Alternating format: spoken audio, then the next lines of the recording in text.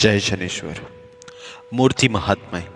એક સમયે નૈમિષારણ્યમાં સોનકાદી ઋષિઓએ સૂર્યાદિ ગ્રહોમાં શ્રી શનિદેવ મહારાજના મહિમાનો વિચાર વિમર્શ કરવા માટે જ્ઞાન સત્ર, ભક્તિ સત્રનું આયોજન કર્યું.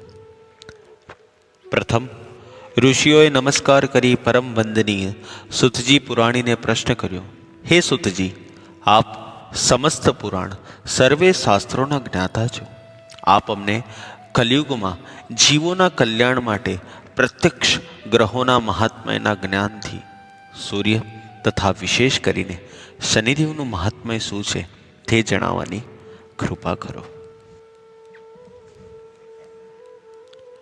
સુતજી પુરાણીએ ઋષિઓને જણાવવા લાગ્યા કે તમારો પ્રશ્ન ઉત્તમ છે. સૂર્યાદિ ગ્રહો પ્રત્યક્ષ છે. મનુષ્ય માત્ર જન્મ મૃત્યુના ચક્રથી ઘેરાયેલો છે. માટે મનુષ્યએ પોતાના આત્મકલ્યાણ અને મન શાંતિ માટે ગ્રહોનું પૂજન અર્ચન, કથા શ્રવણ, જપ તપ અવશ્ય કરવું જોઈએ.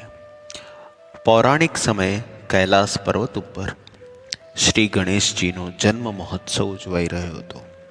આ ઉત્સવમાં શ્રી હરિ, સદાશિવ, બ્રહ્માજી તેમજ દેવતાઓ, દેવર્ષિ તેમજ પરમ પુણ્યશાળી ઋષિમુનિઓ વિરાજ્યા હતા. સૌ કોઈ બાળ ગણેશને આશીર્વાદ આપતા. આ સમયે સૂર્યપુત્ર શનિદેવ શ્રી ગણપતિના દર્શન માટે આવી પહોંચ્યા.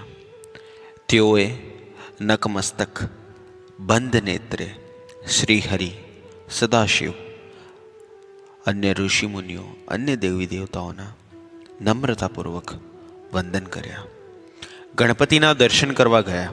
મુખ્ય દ્વારે ઊભેલા ગણની અનુમતિથી મા જગદંબા પાસે ગયા. ભાવભક્તિપૂર્વક દર્શન વંદન કર્યા.